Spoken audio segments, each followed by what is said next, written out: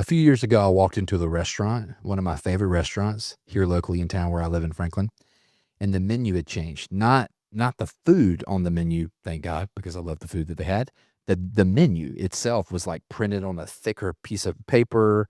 It had a different font to it, very refreshed look. And I had a relationship with the owner, and I later learned that they spent about $300 on redesigning the menu. Obviously, they had printing costs going for it, but on the actual redesign of the menu, and they looked up over the next 90 days, and that incremental change of a new, nicer menu had driven the best quarter that they'd ever had in the history of the brand because people felt like it was worth more. And it just helped me remember, man, there are some strategic small changes you can make in your business that will go a long way. So today we're going to talk about how big doors swing on small hinges. And I'm going to talk to you about 5 ways you can improve your customer experience and see your revenue go up. Let's go. I don't know what comes next, but I couldn't care less. I refuse to feel stressed. There's no fear in my chest. Hear the boom of my steps. Walk away from the pain I've been through. This feeling I'm feeling is brand new. This is the moment I break through. Welcome to Minute Masterclass. I'm your host, Trey Sheneman. It's my goal each week on this show to just get down in the trenches with you and teach you something very practical that you can apply to your business right now. The way I think about it is most of the time the principles are timeless, but they should work to solve today's business problems. Now, we do that by talking through one of the core 4 drivers of growth each week. Sometimes that's marketing, sometimes it's sales, sometimes it's ops like today, and sometimes it's leadership. In today's lesson, I want to talk to you about the fact that people think it always takes big changes to get big results, but that's not really been my experience. My experience is, yeah, if there can be big changes that produce big results. I'm not trying to say that, but I've also had the experience where I've realized it's really small changes that actually produce incrementally large results, and having a keen eye at identifying what those small operational procedural changes can be to move the needle is such a gift. And so today, I'm just going to share with you 5 what I consider high impact but low cost and low lift improvements to customer experience that I've done on past funnels operationally that I've been a part of that I think can translate to your business pretty irrespective of what industry you might be in. What I love about all these changes, if you haven't picked up from the title of this episode, is like they don't cost a lot, but they have a really strong shot of producing a lot. So I'm going to work through these 5 changes, and I think you're going to get especially a lot out of this, especially if you can figure out how to do all of them. So let's jump in. Number 1 is speed of response. So nothing kills sales like slow follow-up. If a lead fills out a form, every minute you delay is a drop in conversion rate. Let me give you an example. InsideSales.com found that if you respond to a lead within 5 minutes, you're 21 times more likely to qualify them down the funnel and into a sale. 5 minutes, okay?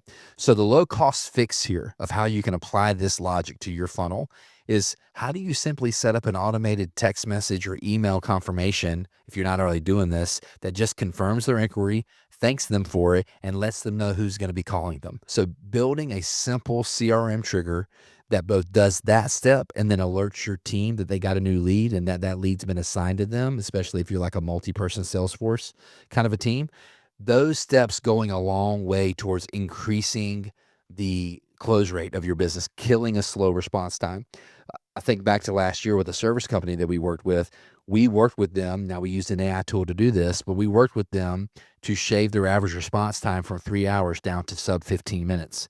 Now, I want you to imagine what that did to sales. Now, don't get me wrong, they were busy. Like, the reason why they had slow response times is because they were busy. But just the ability to use AI automation to give off the perception of engagement helped their sales go up over 20% in the next quarter, okay? So small change, big fix. The second thing, other than slow response times, would be to remove a friction point. So every step in your process either makes buying easier or harder.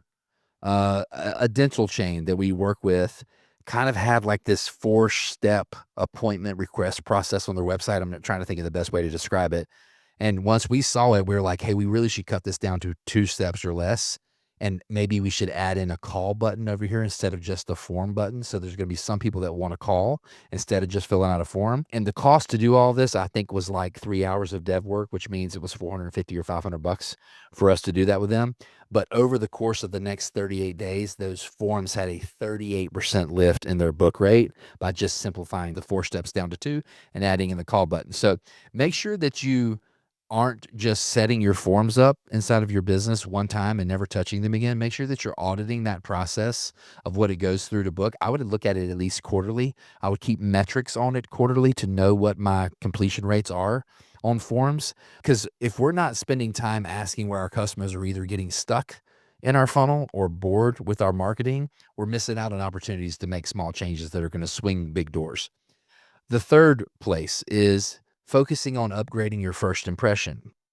See, the challenge with the first impression is this is where perception of the brand actually gets set. And we all know that perception is reality for the one perceiving it. So whether first impression is your packaging, if you're selling CPG and your product is on the shelf, or if it's your lobby, if you're a professional services business and somebody has to come in to see you, if it's your website, if you're an e-commerce business or you sell something online, if it's your onboarding email, if you're an offline sales business and somehow they were able to buy from you from a referral and they've not met you yet, whatever it is, your first touch point is where trust is either built or it's lost.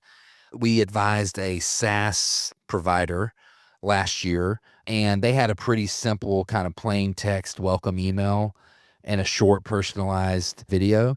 And so when we saw it, we took the step one further and said we would keep the plain text email, we would add in the personalized video, but the personalized actually needs to be shot personally on the iPhone, like somebody was sending somebody a voice memo or something super friendly. All in all, it took the founder of this company about 30 minutes to make it all. And the response rate to that onboarding email, which we measure under something called customer activation, jumped up double-digit points pretty immediately from just adding in that step.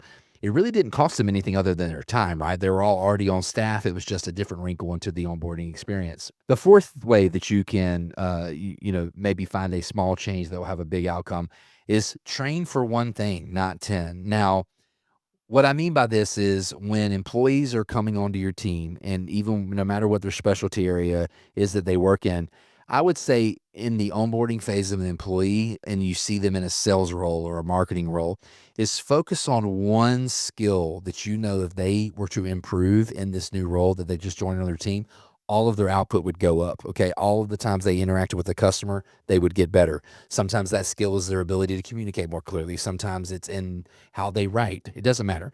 If it's a retail team, as an example, we worked with a retail team one time before, and we focused solely on the old adage of making sure that they greeted their customers within 10 seconds of seeing them. You sounds like, well, hey Trey, is that a skill? Well, some people have nervous energy or they get distracted or whatever it is. So just pushing on that group last year, they tracked it. They tracked via third party kind of observation, the sales agents that were on the floor that did that and the ones that didn't. And, eventually they found out the ones that stayed and slayed, so to say, were the ones that focused on greeting the customer within 10 seconds. So that's another thing you can do. And the fifth thing is you can repurpose what already works. Sometimes the fastest improvement is to take your best performing asset and just put it in more places. One of our agency clients that we coach, they have this one killer testimonial video, but it was only on their website. And I was like, guys, you should have this on LinkedIn, YouTube, Facebook, Instagram. Like, this is a great asset for you. And when they tracked it after they did that, they found out that a lot of their sales were coming from that lead. So I think you could try and do all 5 of these if you wanted to, but that might end up spreading you too thin. My recommendation after you listen to this episode is to pick 1 or 2 and try them out. And maybe you do 1 a month for each of the next 5 months. And what you're going to find is there's a compounding effect that happens when you make these small changes over time. It helps you build momentum in the business. It helps people realize that they are valued and that they matter, especially when you're doing the upskilling. And I think this is a good way for you to think about operational efficiency in the business. So, like always, hopefully you got something super practical out of this episode. If you haven't subscribed to our newsletter yet, please do. We always make an artifact that goes along with the episode that will help you put the episode into action. So I want to make sure that you get that. If you haven't followed me yet on LinkedIn, shoot me a follow or a connection request. I'd love to meet you, especially if you're getting value out of the podcast. As always, it's my goal to make this super practical for you, which I hope I did. And until next time, I'll see you on the flip side.